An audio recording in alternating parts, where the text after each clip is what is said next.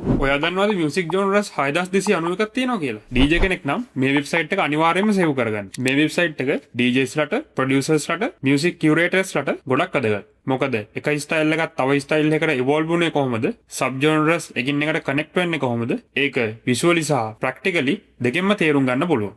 අපිට සාමාන්‍යයෙන් අහන්න ලැබෙන්නේ එකම විදිහේ මේන් ස්ට්‍රීම් සහ අන්ඩර්ග්‍රවුන්ඩ් මියුසික් එක. හැබැයි මේක යූස් කරලා ඔයා කවදාවත් අහලා නැති ජෝනරස් හොයාගන්න පුළුවන්. මේ වෙබ්සයිට් එක මැප් එකක් වගේ වෙබ්සයිට් එකක්. ඔයා ඕනම ජෝනර් එකක් සිලෙක්ට් කරාම ඒ ජෝනර් එකට අදාළ යුනික් සවුන්ඩ් එක අහන්න පුළුවන්.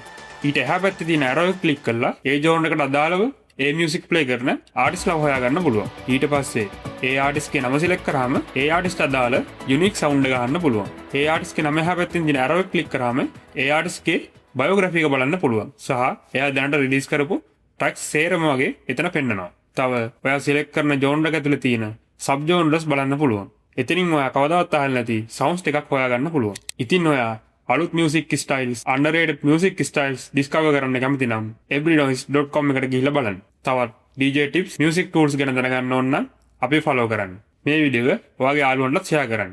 අපි DJ ගිය LK